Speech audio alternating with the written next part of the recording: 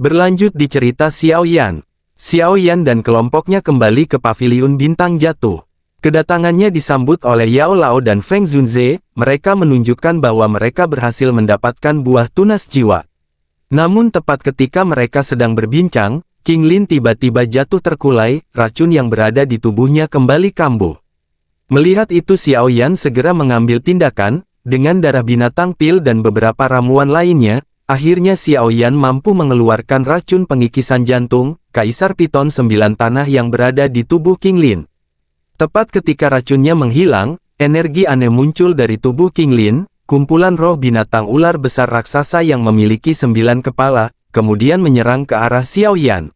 Xiao Yan menghindarinya menggunakan langkah bayangan petir, sembari merilis 3000 inti teratai api untuk membakarnya sampai menghancurkan avatar mengerikan itu. Tidak berselang lama, kekuatan luar biasa itu pun seketika melebur, kemudian King Lin pun terjatuh. Xiao Yan bertanya, apakah kau baik-baik saja? King Lin pun menjawab, bahwa dia baik-baik saja. Dia meminta maaf dan melanjutkan, bahwa itu adalah perwujudan dari jiwa ular surga kuno. Mendengarkan hal tersebut, Xiao Yan makin bingung. Bukankah perwujudan dari ular surga kuno tidak memiliki tangkai 9 kepala?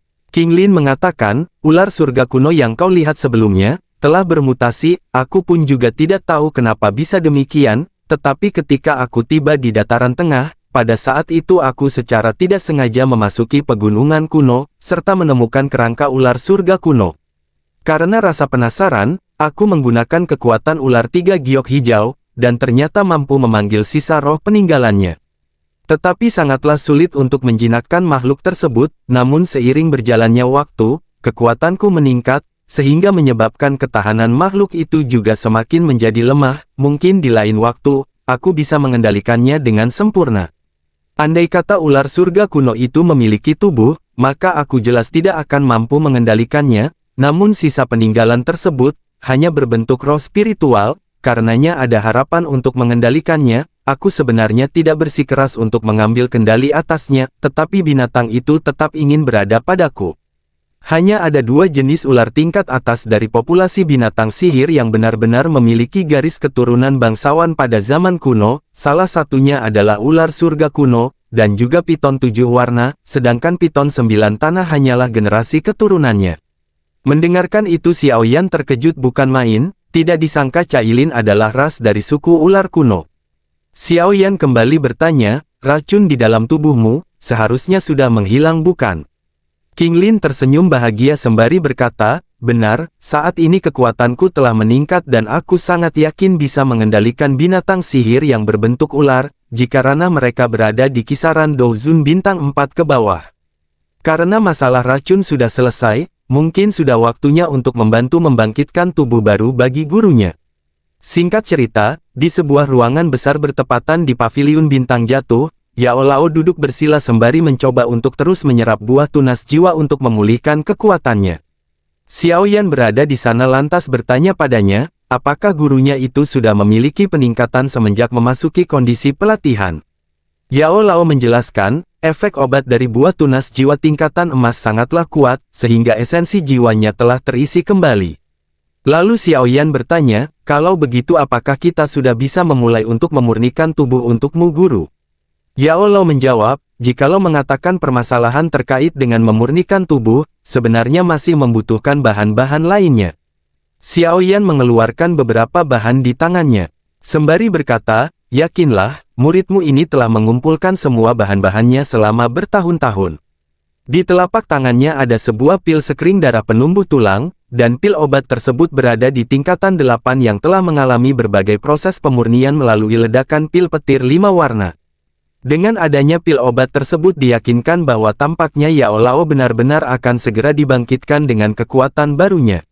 Xiao Yan kembali mengeluarkan botol pil yang berisi esensi darah surga ponik kuno, meskipun jumlahnya tidak banyak, tetapi akan sangat berguna bagimu. Adapun kerangkanya, alias wadahnya, aku mempunyai satu yang berada di puncak ranah Douzong. Feng Zunze berkata, kalau masalah wadah atau kerangka sebenarnya aku juga mempunyai satu peninggalan yang berasal dari Master Douzun bintang yang keempat, sembari melambaikan tangannya dan muncullah kerangka yang dimaksudkan, dia adalah musuhku di masa lalu, tetapi aku telah berhasil membunuhnya, ditakutkan tidak ada yang mampu untuk mengambil jasadnya sehingga aku pun hanya bisa menyimpannya di dalam cincin. Ketiga bahan obat yang kau keluarkan sangatlah berkualitas tinggi ditambah dengan kerangka yang kuberikan. Aku sangat ingin melihat dan bertanya-tanya apakah gurumu bisa menerobos ranah Douzun atau bahkan Douseng. Yao Lao tersenyum tanpa daya hanya bisa menggelengkan kepala, semuanya tidak akan berjalan dengan mudah, tetapi mereka tetap akan mencoba yang terbaik untuk melakukannya. Nah karena semua bahan-bahannya sudah dikumpulkan, maka Xiao Yan akan segera memulai proses pemurniannya.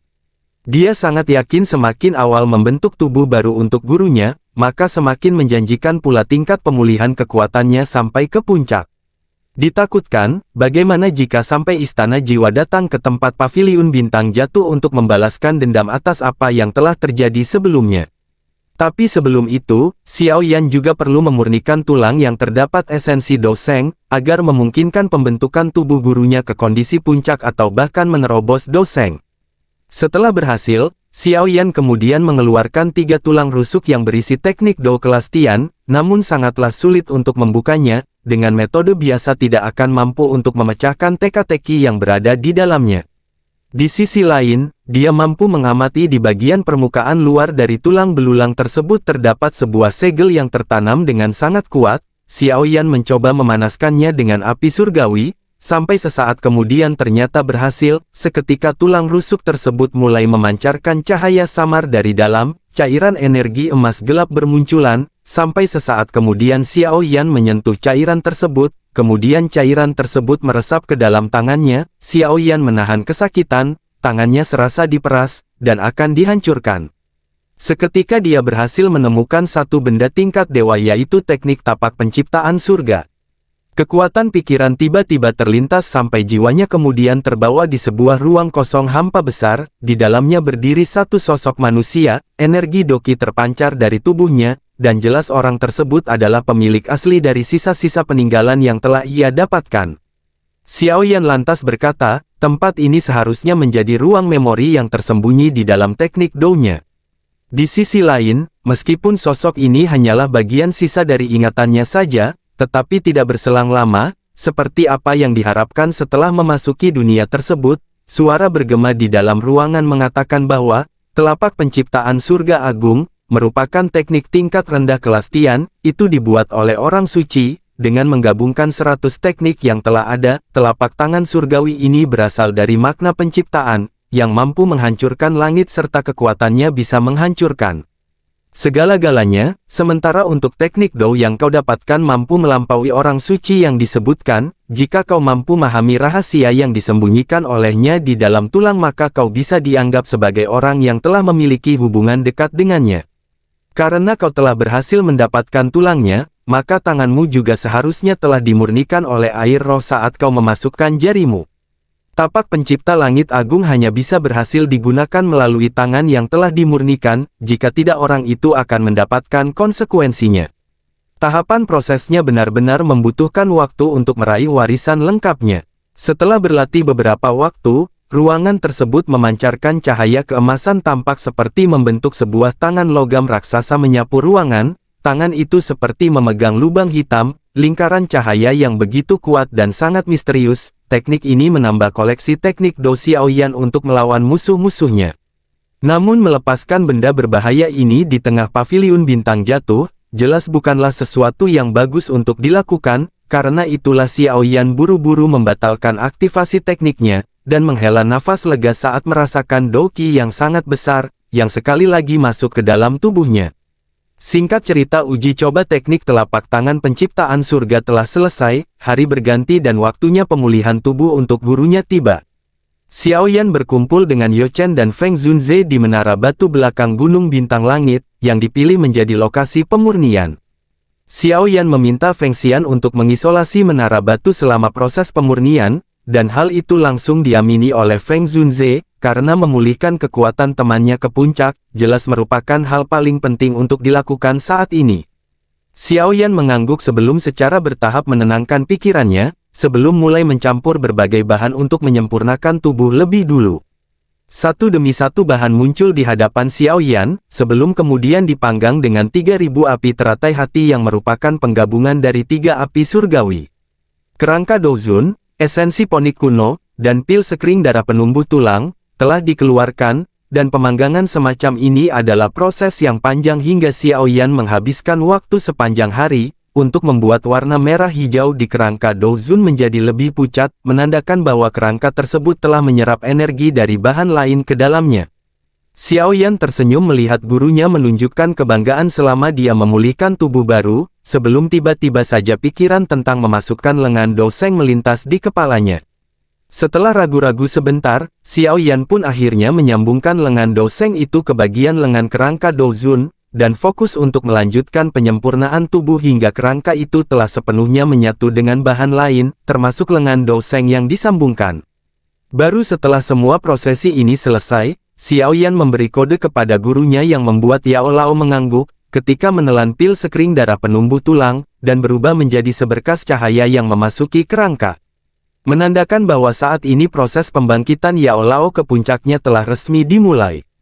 Sementara proses panjang pembangkitan tubuh Yao Lao, di luar menara, tepatnya di penghalang alami paviliun bintang jatuh, sekelompok besar manusia bertudung hitam, menerobos penghalang dengan suara gaduh, dan yah, itu adalah orang-orang dari Aula Jiwa.